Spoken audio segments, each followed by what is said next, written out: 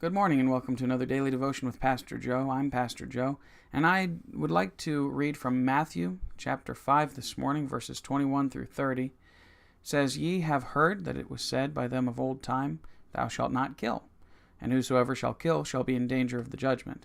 But I say unto you that whosoever is angry with his brother without a cause shall be in danger of the judgment. And whosoever shall say to his brother, Raca, shall be in danger of the council. But whosoever shall say, Thou fool, shall be in danger of hell fire. Therefore, if thou bring thy gift to the altar, and there rememberest that thy brother hath aught against thee, leave there thy gift before the altar, and go thy way. First be reconciled to thy brother, and then come and offer thy gift. Agree with thine adversary quickly, whiles thou art in the way with him, lest at any time the adversary deliver thee to the judge, and the judge deliver thee to the officer, and thou be cast into prison. Verily I say unto thee, thou shalt by no means come out thence until thou hast paid the uttermost farthing. Ye have heard that it was said by them of old time, Thou shalt not commit adultery. But I say unto you, that whosoever looketh on a woman to lust after her hath committed adultery with her already in his heart. And if thy right eye offend thee, pluck it out, cast it from thee. For it is profitable for thee that one of thy members should perish, and not that thy whole body should be cast into the hell. And if thy right hand offend thee, cut it off, and cast it from thee. For it is profitable for thee that one of thy members should perish, and not that thy whole body should be cast into hell. And this is one of the passages that I've really enjoyed studying in the recent times. I love all of the passages here on the Sermon on the Mount, and I really enjoy taking the time to study over it. The Lord's most well-recorded sermon in history. But there's a lot here to unpack, and I suppose I'll try to make it fairly brief while getting the point across. So, you've heard it said in old time, Thou shalt not kill. But, and then has all of these qualifications that the Pharisees and the scribes had given to sort of excuse certain things. And then he says, I say to you, whoever's angry with his brother without a cause. And he's taking this very interesting step away from what the Pharisees and the scribes were saying of the day, and even of what some legalistic people would say today. He goes on, explains all of this, and then he even says starts talking about adultery. He says, You've heard of old time, thou shalt not commit adultery, but I say to you, whosoever looks on a woman to lust after her hath committed adultery with her already in his heart.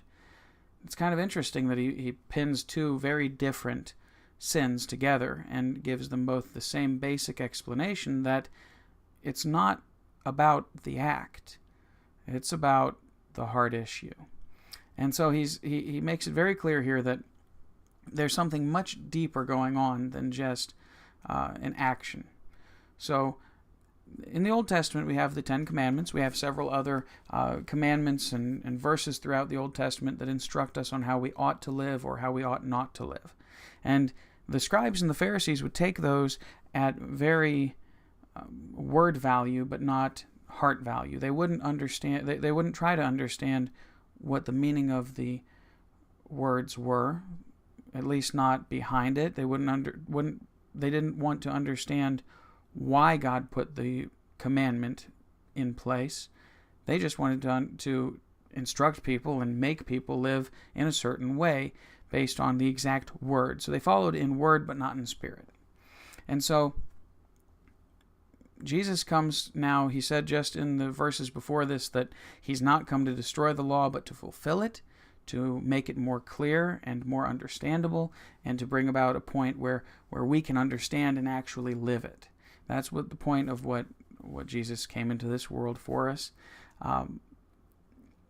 And he tells us here that if we're dealing with a struggle with a sin in our lives, it's not about the action of the sin.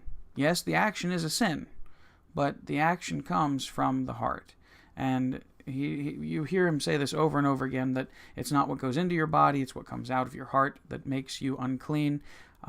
He talks to the Pharisees and totally runs them over with this idea because they were so legalistic that they felt that if you just had an unclean bowl that you were eating the food out of, that you were going to be evil and sinful from it, and they were just completely off the rails. But Jesus said, it's not about what goes in your mouth and what you eat. It's not about what goes into your body. It's not about the action. It's about what comes from the heart. I'd like to ask today, have you had a recent heart checkup? I've not been to a doctor to have my heart checked recently. Maybe I should, but I've been to the Lord to have heart checkups from time to time, and sometimes it's a good idea to just say, hey, Lord, I want you to check my heart and see, are any of these things trying to creep back in and to grow back into my life? It's very often I've heard it's talked about that our heart is like a spiritual garden, and there's certain seeds of the world, and there's certain seeds of the Lord that are inside of our heart, that can be inside of our heart, and we can choose to let certain fruits grow and certain fruits not grow.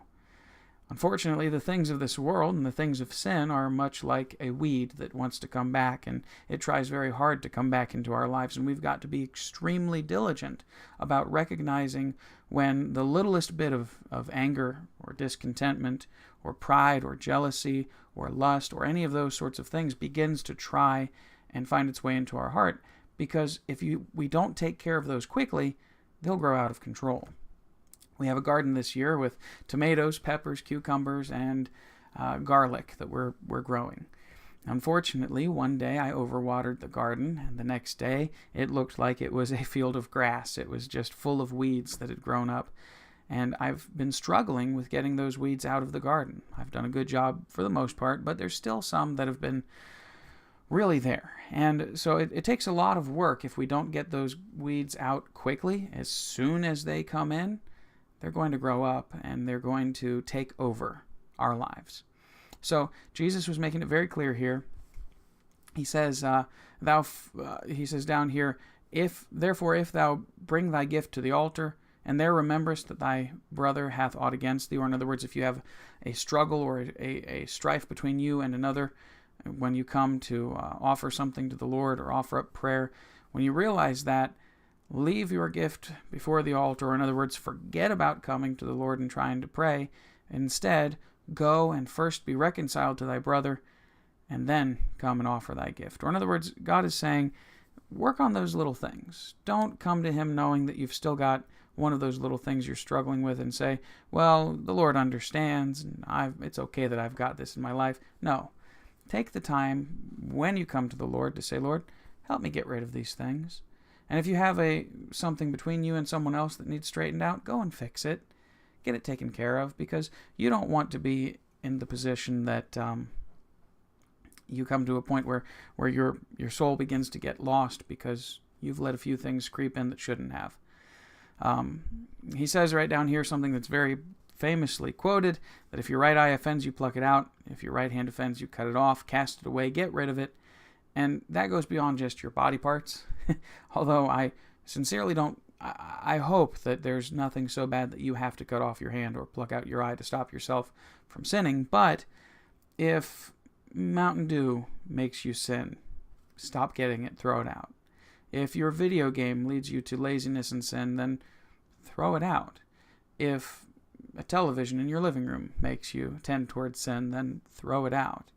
If some of the friends in your life, the music you listen to, whatever it is in your life, if you notice that that's an area of weakness for you, instead of keeping it and losing your soul, how about you throw it out and keep your soul? That's what he's really getting at. And so, if there's anything in your life that is tending towards leading you into sin, whether it's a thing in your life or whether it's an attitude of your heart, I encourage you today to check up with the Lord, get a good heart checkup and say, Lord, is there anything in my life that you need me to take care of or to take out?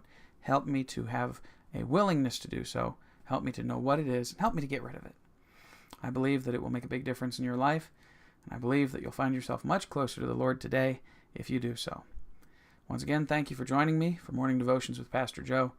Have a great day in the Lord. Thank you for listening.